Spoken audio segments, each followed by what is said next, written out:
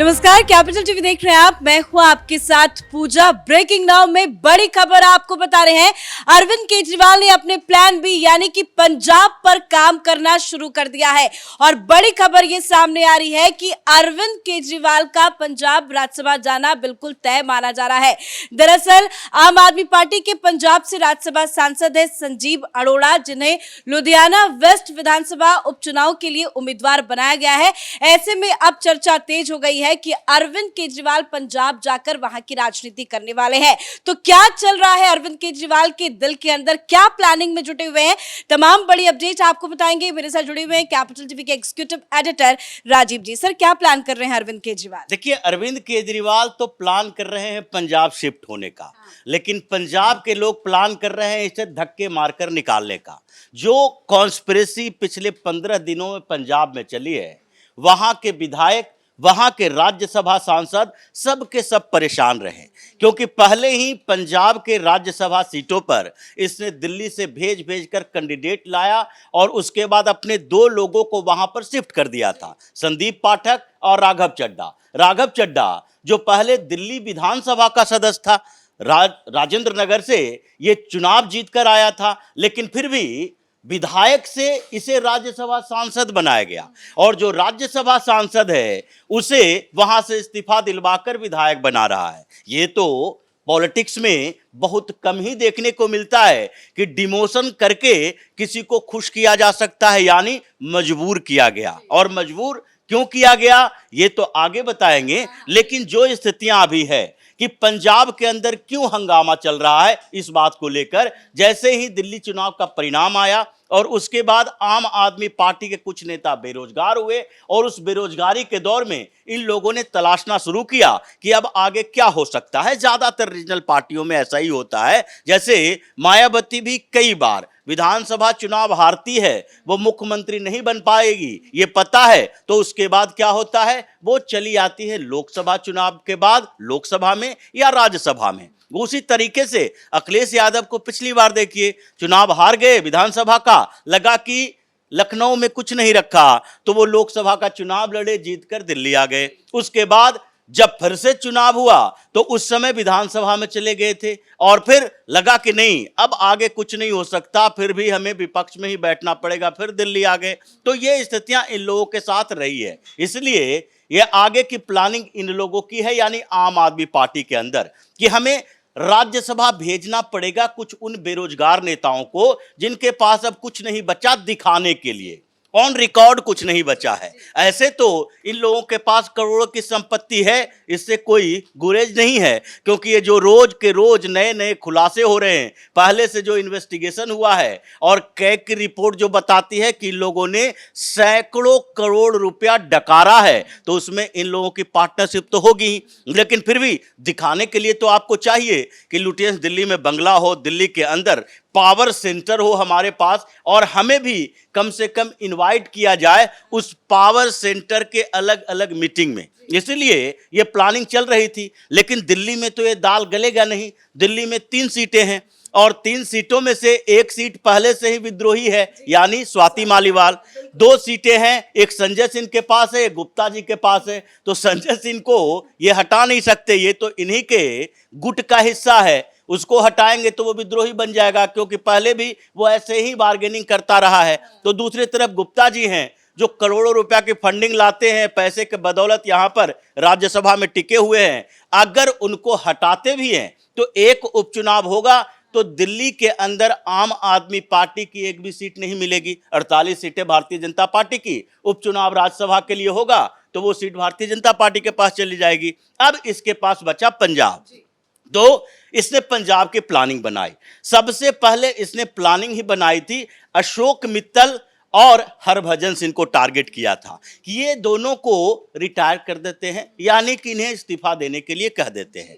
अब हरभजन सिंह की बात आई, इन लोगों के गुट में ही हंगामा शुरू हो गया कि अगर हरभजन सिंह को हटाएंगे, वो पगड़ी वाले सिख हैं और उन्हें हटाते हैं तो आगे 2 साल में ही तो पंजाब में चुनाव होना है। ऐसे ही हमारे विधायक इतने नाराज हैं कि हंगामा कर रहे हैं, हर रोज ये बता रहे हैं कि देखो भाई, पंजाब में आगे आपके लिए कोई अनुकूल स्थितियां नहीं है। हम लोगों को क्षेत्र में काम नहीं हुआ, दिल्ली की तरह यहां भी प्रोपेगेंडा पैदा किया गया। हम स्कूल बना रहे हैं, हम बेहतर स्कूलिंग कर रहे हैं। शिक्षा क्रांति के लिए मनीष सिसोदिया, अरविंद केजरीवाल वहां जाता था। हम क्या कर रहे हैं, बिजली में सब्सिडी ज्यादा कर दिए हैं। हम क्या किए, हम लोगों को इलेक्ट्रिसिटी माफ कर रहे हैं, किसानों का हम सिंचाई के साधन डेवलप कर रहे हैं, लेकिन कंस्ट्रक्शन का काम नहीं कर रहे। जैसा कि विधानसभा में इनके विधायक ही सवाल उठा रहे हैं कि देखो भाई, हमारे क्षेत्र में कोई काम नहीं हुआ, न रोड बना है, न सड़कें बनी, न नाली, न गली। और जिन लोगों को हमने आश्वासन दिया था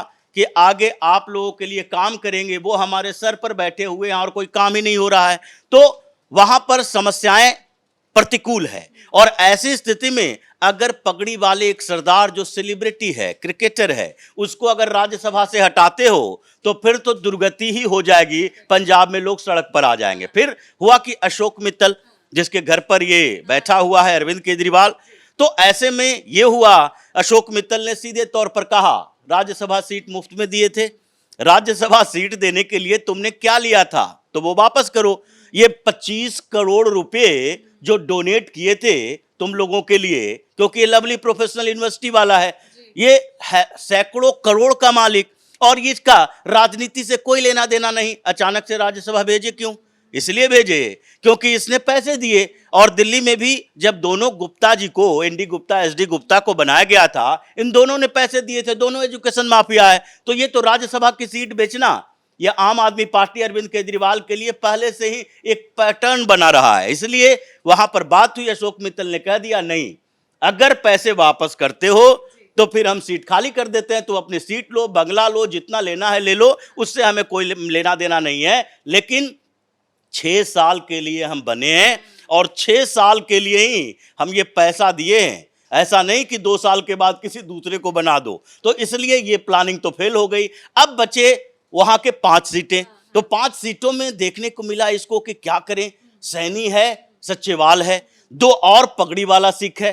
तो उन दोनों को हटाएंगे तो फिर वही स्थिति आ जाएगी। पंजाब में अगर सिख को हटाते हो कुछ पद देकर, वो विद्रोही बन जाता है, तो आधे हार तुम्हें पहले ही मिल गई, आधा सरेंडर करना पड़ेगा। सर, कहीं दाल नहीं गली, आपने एक एक सारे लोगों का नाम लिया, लेकिन संजीव अरोड़ा के साथ कैसे सेटिंग हो गई? क्या वो मान गए हैं? देखिए, ये स्थिति आई, उसके बाद 2 और राज्यसभा सांसद, यानी कि 2 में से एक संदीप पाठक, एक राघव चड्ढा। राघव चड्ढा की बात पहले चल रही थी कि राघव चड्ढा को ही रिप्लेस कर दो, लेकिन इसको लगा कि राघव चड्ढा को हटाएंगे तो दिल्ली में भी हंगामा होगा, ये हमारे विधायकों में कंफ्यूजन होगा कि देखो भाई, अरविंद केजरीवाल कभी किसी को लात मार सकता है, जैसे पुराने नेताओं को लात मारा। इसलिए राघव चड्ढा को अभी सुरक्षित रखो। और फिर एक संदीप पाठक जो संगठन में काम करता है, इसके लिए प्रशांत किशोर की तरह है, आईआईटी में प्रोफेसर, और उसमें ये आंकड़ों का खेल करता है। ये संदीप पाठक संगठन में काम करते हुए प्लानिंग बनाता है कि कैसे चुनाव प्रचार किया जाए, कौन कौन से सेक्टर में हम कमजोर हैं, कहां मजबूत हैं, इसे नहीं हटा सकते। तो फिर बचे ये संजीव अरोड़ा। अब ये अरोड़ा साहब, ये भी बिजनेसमैन है, इन्होंने भी पैसा दिया था।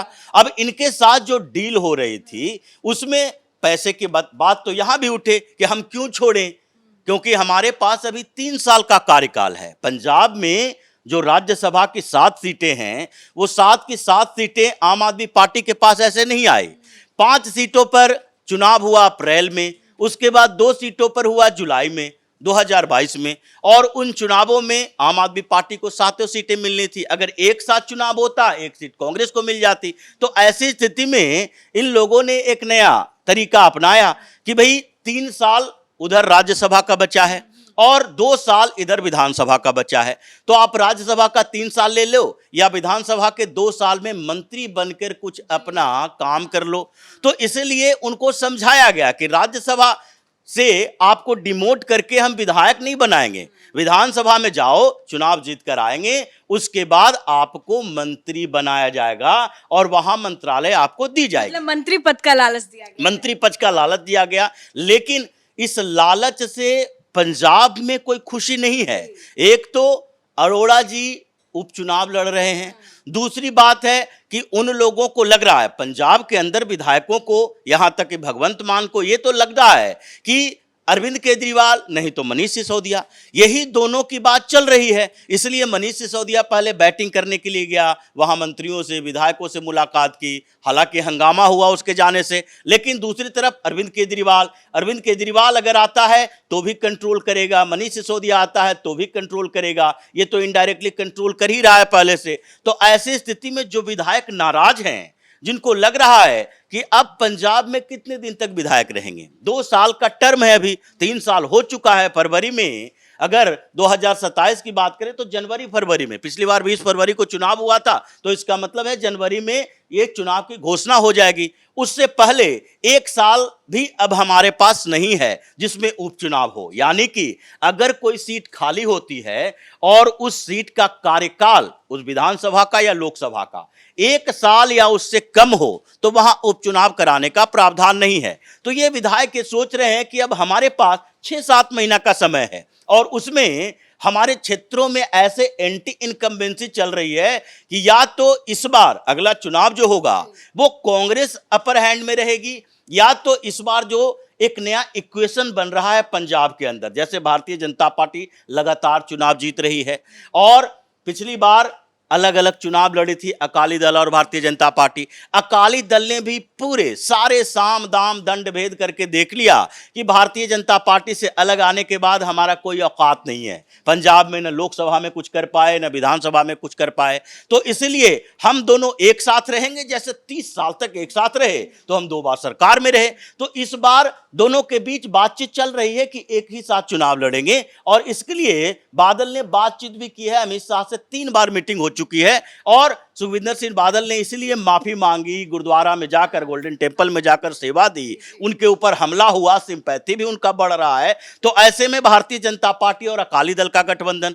दूसरे तरफ कांग्रेस और तीसरे तरफ आम आदमी पार्टी। तो आम आदमी पार्टी के जो विधायक है ये सोच रहा है कि इस बार तो हमारी सरकार नहीं आएगी। जब दिल्ली में किला ध्वस्त हो गया तो पंजाब में तो अचानक से मिली हमारी जीत थी, जो लोगों के अंदर गुस्सा था कांग्रेस के लिए, जो एक तरफा वोटिंग हो गई आम आदमी पार्टी के लिए। तो ये लोग जो खेमेबाजी की बात हो रही है, जैसे बाजवा साहब कह रहे हैं कि देखो भाई 32 विधायक तो हमारे संपर्क में है और 40 से ज्यादा विधायक किसके संपर्क में है, ये अकाली दल भारतीय जनता पार्टी, ये इन लोगों के संपर्क में है। मतलब उन्होंने तो आंकड़ा 72 का दिया, अब इनके पास 92 विधायक हैं।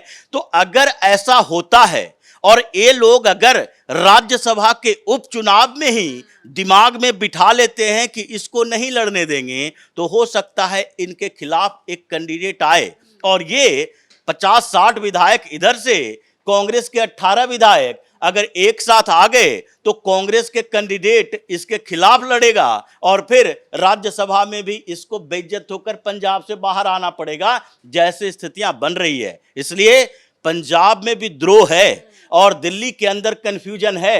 तो इन दोनों जगह पर जैसे आम आदमी पार्टी के लिए चल रहा है, अरविंद केजरीवाल के लिए तो लगता है कि आगे बड़ा मुश्किल दौर होने वाला है। और उसमें भी सबसे बड़ी बात तो यही है कि आज दिल्ली में जश्न मन रहा है इस बात के लिए कि चलो छुटकारा मिली हमें इस व्यक्ति से जिसने पूरी राजनीति में धूर्तता के अलावा कुछ किया नहीं। और अब पंजाब वालों के लिए है कि 1-1.5 साल कैसे गुजारेगा, छटपटाहट अंदर से है। कब पंजाब में भी खत्म होती है ये आम आदमी पार्टी का सियासत, वो कहा नहीं जा सकता कि 6 महीने के अंदर विधायक विद्रोह कर देंगे, 3 महीने के अंदर कर देंगे, सत्ता परिवर्तन होगा, नेतृत्व परिवर्तन होगा, लेकिन परिवर्तन होगा और ये केजरीवाल के खिलाफ ही होगा। धन्यवाद सर अपडेट के लिए। और ये परिवर्तन वाकई में केजरीवाल के खिलाफ होगा, क्योंकि दिल्ली में तो अब केजरीवाल के पास कुछ भी नहीं बचा, केजरीवाल के हाथ कुछ नहीं लगा और इसीलिए अरविंद केजरीवाल पंजाब भागने की प्लानिंग कर रहे हैं। और पंजाब में भी आम आदमी पार्टी की स्थिति बिल्कुल ठीक नहीं है, पार्टी में जबरदस्त विद्रोह है और अरविंद केजरीवाल के खिलाफ बिगुल फूंक दिया गया है। अब देखना दिलचस्प होगा कि पंजाब में अरविंद केजरीवाल अपनी राजनीति कैसे चमकाते हैं। इस बड़ी खबर में मेरे साथ फिलहाल इतना ही। कैमरा पर्सन रवि के साथ मैं पूजा, नमस्कार।